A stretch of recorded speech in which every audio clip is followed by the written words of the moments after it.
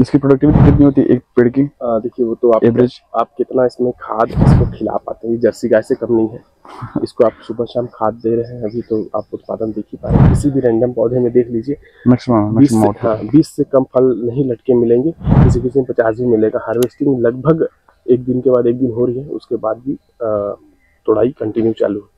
और वैसे ही फूल भी देखने को मिल रहा होगा आपको, फूल दोनों साथ साथ है। साथ साथ में। तो अभी तक का जो एवरेज है 50-60 किलो लोग ले चुके हैं। 100 किलो तक का भी संजय जी हैं जो जिनका फार्म है, वो 100 किलो तक उत्पादन ले चुके हैं। दोस्तों आज एक नए मेहमान हमारे साथ में है, ये है हर्षराज सिंह, बलिया यूपी से आए हुए हैं और खेती की जानकारी लेने आए हैं और खेती करना चाह रहे हैं स्टार्टिंग से।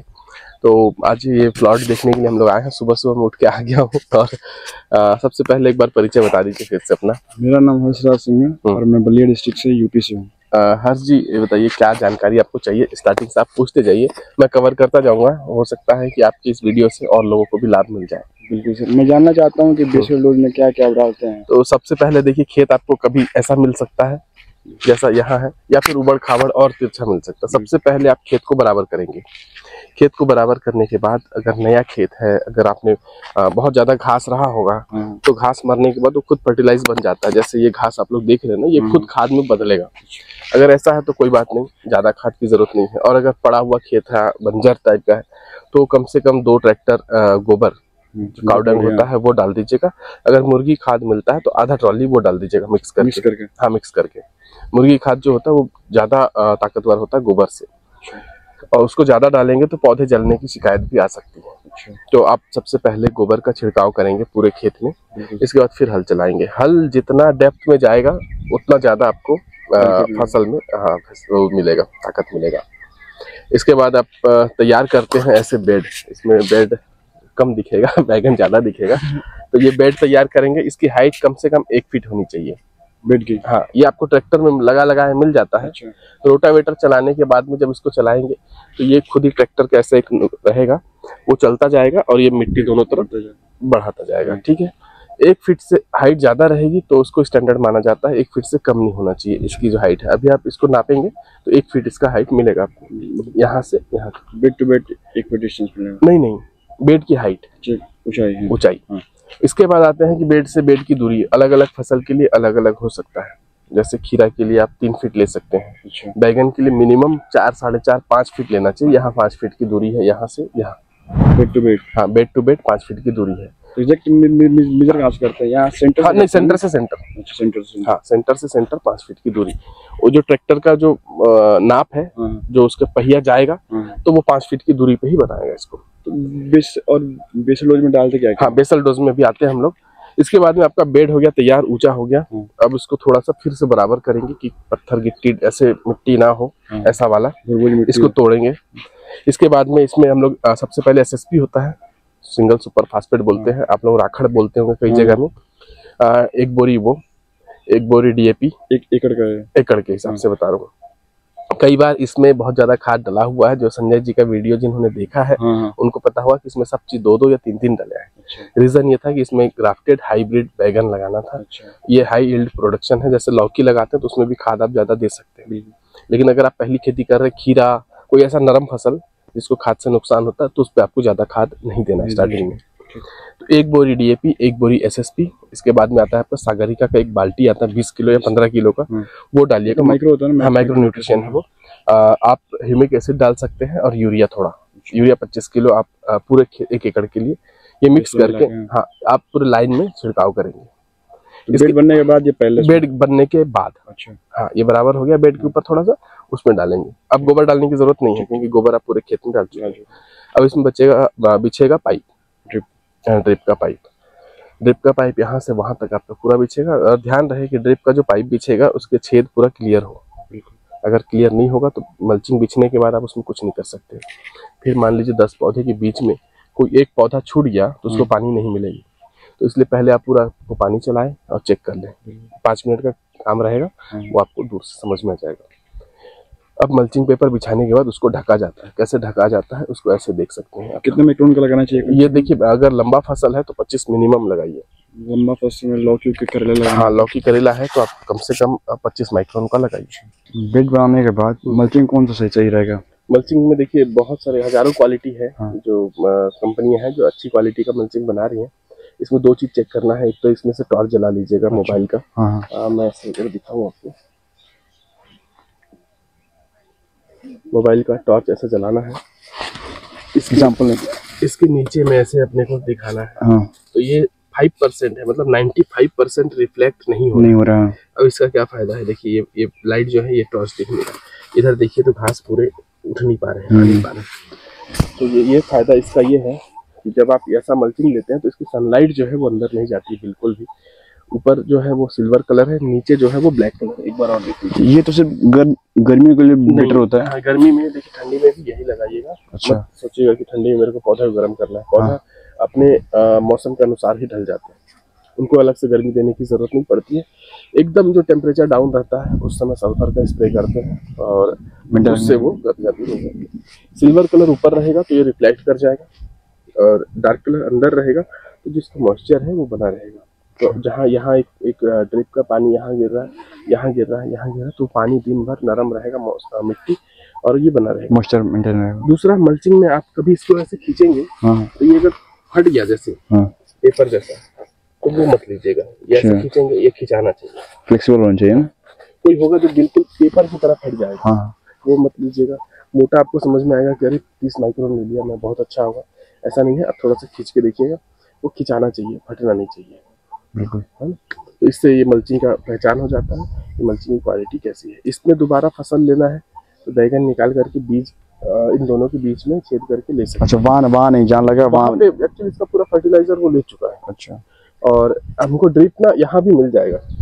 हाँ, ड्रिप का जो छेद है वो यहाँ मिल जाएगा, यहाँ मिल जाएगा। अच्छा, दूसरा तरीका है ड्रिप को लास्ट में थोड़ा सा खींच, हाँ, आधा इंच खींच देगा, हो जाएगा, एडजस्ट कर लेगा तो ये एडजस्ट हो जाएगा। अगर वो नहीं भी होता है, कई जगह में ड्रिप को पकड़ा हुआ होगा मल्च के साथ में, तो वो अलग चीज होगा। नहीं तो आप ये इजी वे कर सकते हैं। ये बाउंड्री पे मैरीगोल्ड लगाएं, ये क्यों लगाएं? ये इससे थ्रिप्स और माहू का कंट्रोल होता है। ऐसा कहा जाता है कि पीला कलर देख के वो अट्रैक्ट होते हैं और जिसके वजह से माहू और थ्रिप्स जो है वो उस पर बैठते हैं, इसमें कम अटैक करते हैं। वो रेड पंपकिन जो बीटल होता है, रेड पंप होता है क्या, रेड छोटे छोटे कीड़े आते हैं पीले पीले, हाँ, तो उनके लिए क्या लाल मकड़ी एक बोल रहे हैं, वो क्या आपने, मैंने 3-4 जो दवाई बताया ना, वो एक्चुअली पेस्टिसाइड है। वो सब काम कर जाएगा। अगर देखिए इसमें सबसे ज्यादा जो खतरनाक बीमारी है वो है फल छेदक। अच्छा, और एक तना छेदक। तना छेदक आपको जो नरम डाल होगा वो यहाँ काट देगा, ऊपर का हिस्सा मर जाएगा। और एक फल में देखेंगे छेद होता है बैगन में अक्सर। ये दो बीमारी ऐसी है जो बैगन में बहुत ज्यादा अटैक होता है। तो उसके लिए ज्यादा कोराजिन चलाते हैं। कोराजिन सबसे महंगी, सबसे जहरीली दवाई है। अगर वो नहीं चलाना है तो एक फ्लाई ट्रैप आता है येलो कलर का, वो आप लटका देंगे खेत के बीच बीच में, तो जो मक्खी है वो घुस जाएगी उसके अंदर और अंदर जाने के बाद मर जाएगी। ये तो एक ये छेद दिख रहा है, एक ये छेद दिख रहा है। इसको तोड़ते हैं और इसके अंदर का कीड़ा ना खाते खाते अंदर चला गया। और इसमें देखिए 2 छेद दिख रहे हैं, एक यहाँ और एक यहाँ। इसको हम लोग बहुत आसानी से तब तक इसको ठीक नहीं कर सकते जब तक कि इसका या तो छेद के ऊपर में पूरा दवा ना लग जाए, क्योंकि अगर दवा लगेगा तो सांस नहीं ले पाएगा, तब फिर वो अंदर में ही कीड़ा मर जाएगा। इसको देखते हैं एक बार तोड़ के। ये देखिए, ये इधर से खाते हुए निकला और जब इस पे दवाई पड़ी तो कीड़ा यहाँ से निकल के चला गया या मर गया, जो भी हुआ। तो ये होता है फल छेदक। और ये होता है एक मक्खी होती है जो डंक मारने के बाद में अपना लार्वा छोड़ देती है और वहाँ कीड़ा पनप जाता है। तो ये हुआ फल छेदक। इसको बचाना सबसे टफ है। इसके लिए कोराजिन आप यूज कर सकते हैं या फिर फ्लाई ट्रैप आप खेत के बीच बीच में टांग दीजिएगा। जो वीएनआर 212 है, कितने दिन में फ्रूट निकलने लगता है प्लांटेशन के बाद? आप जैसे इसको प्लांट इसका तैयार मिलता है नर्सरियों में। अच्छा, ग्राफ्टेड किया हुआ मिलता है, इसके कलम होता है ये। 212 एक वैरायटी है ना। नीचे में इसमें जंगली बैगन है, मैं कहीं चलते फिरते दिखेगा तो दिखाऊंगा आपको। वो 212 जो है ये वीएनआर का 212 है, सबसे हाई यील्ड प्रोडक्शन वाला ये वैरायटी है। इसके नीचे में जंगली बैगन है। तो अब इसमें क्या होता है कि सब इसको ग्राफ्ट करके आपको दिया जाता है, करीब करीब 1 से 1.5 महीने का पौधा। इसको जब आप टीपी करते हैं तो 40 दिन में आपको फ्लावरिंग दिखेगा, 60 दिन में आपको पहला उत्पादन आप ले सकते हैं। इसके फर्टिलाइजर बताइए, क्या क्या ड्रिप में डालना है? देखिए, जैसे स्टार्टिंग में आप पहले पौधा लगाते हैं तो सबसे पहले आप एक फंगिसाइड चलाएंगे, ड्रिंचिंग करेंगे उसके जड़ पे। ताकि उसको कोई फंगस का अटैक ना हो। आप एक कोई भी ले सकते हैं मार्केट से, यूपीएल का साफ आता है। अच्छा। ना बहुत सारे। वो लेने के बाद में आप करीब 3 से 4 दिन हो जाएगा, 5 दिन हो जाएगा। इसके बाद धीरे धीरे आप पौधा का थोड़ा सा ग्रोथ होगा, आप एक बार ह्यूमिक एसिड चलाइएगा, एकदम जरा सा ग्रोथ के लिए। हाँ, ग्रोथ के लिए 10 ग्राम के आसपास। वो आप ड्रिंचिंग भी कर सकते हैं और छिड़काव भी कर सकते हैं। तो इससे जड़ में वृद्धि हो जाती है। जड़ जैसी फैलेगा तो आपको पौधा में दिखेगा कि अचानक से ग्रोथ हुआ। हाँ, इधर आइए, मैं कुछ चीज़ और दिखाता हूँ। ये करने के बाद आप 15 दिन के आसपास में आप चलाएंगे, चलिए अंदर, आप इसमें चलाएंगे 19-19-19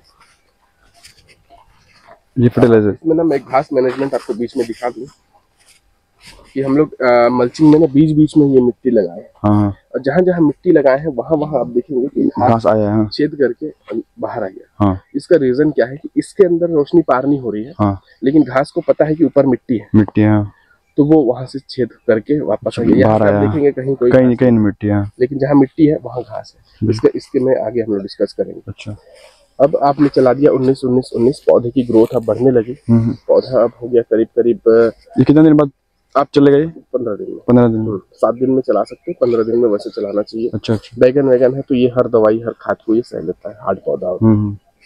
इसके बाद जैसे जैसे पौधे की ग्रोथ आपको दिखती है, आपको कुछ परेशानी आएगी, तो मैं कहूँगा जो भी व्यूअर्स देख रहे हैं, बीमारी रहे या ना रहे, आप स्प्रे करिए। रेडोमिल गोल्ड एक ले लीजिएगा, वो फंगीसाइड का काम भी करता है और आपको जो छोटे मोटे कीट पतंगी है उसको भी खराब करता है।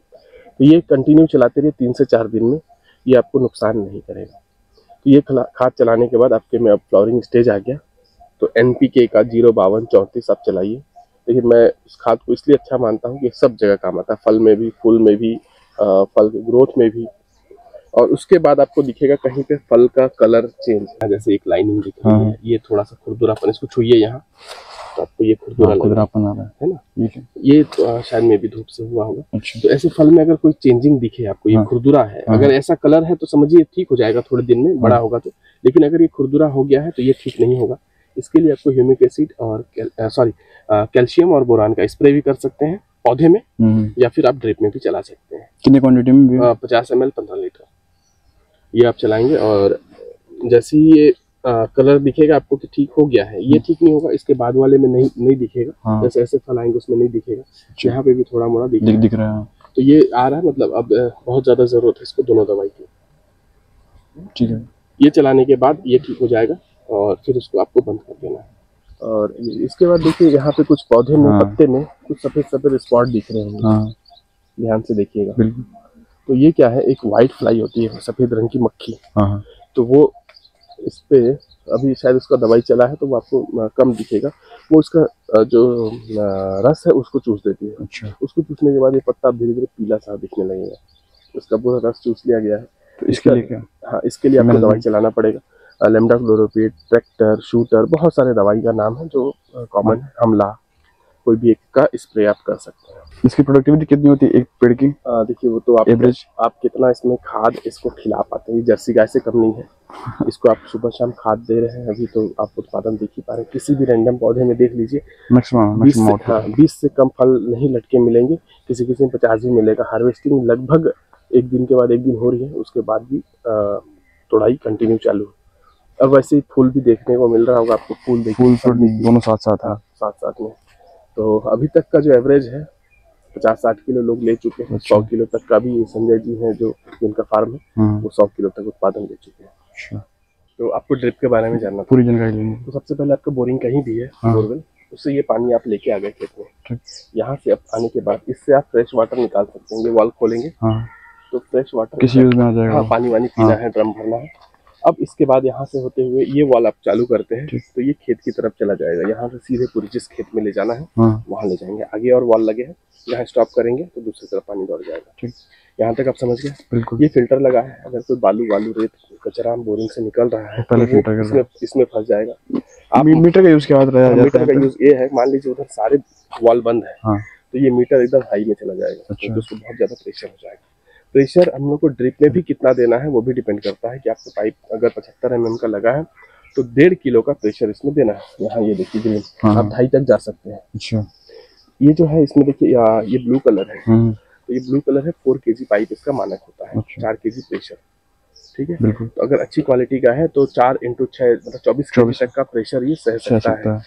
24 kg आदमी का वजन नहीं होना चाहिए, अंदर से प्रेशर वैक्यूम प्रेशर होता है। जैसे इसमें कलर देख के आप इसको डिसाइड करते हैं ब्लू कलर है, या इसमें कहीं पे लिखा भी रहता है 4 kg प्रेशर है। अच्छा। इसका जो गेज है वो 2.5 से ऊपर ना जाए। ग्रीन दिख रहा होगा आपको, उसके बाद येलो है, उसके बाद रेड है। हाँ, अगर प्रेशर ज्यादा होगा तो ड्रिप के पानी में उतना ही प्रेशर से पानी जाएगा, आउटलेट जो होगा वो ज्यादा जाएगा। अब इसमें आपको चाहिए दवाई, इसी में खाद चाहिए, तो एक ये आउटलेट बनाते हैं। यहाँ से पानी यहाँ जाएगा, यहाँ से एक 25 mm मतलब 1 इंच का आउटलेट निकाले और वापस से यहाँ डाल दिए। इस वॉल को थोड़ा सा टाइट करेंगे तो पानी यहाँ से दौड़ेगा। जब पानी यहाँ से दौड़ेगा तो इसको जरूरत होगी यहाँ से फोर्स की, तो ये यहाँ से खाद खींचेगा नीचे से, फिर और वापस से यहाँ, तो ये मिक्स करके आपके खेत में वापस से सप्लाई कर देगा।